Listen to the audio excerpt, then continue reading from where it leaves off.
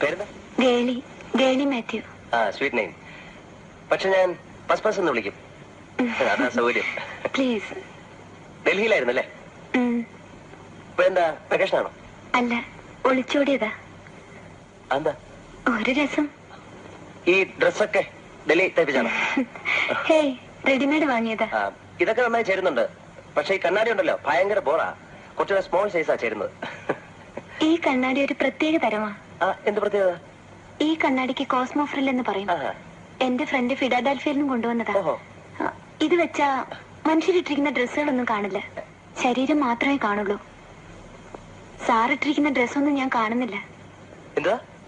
Only your body, I mean the naked body.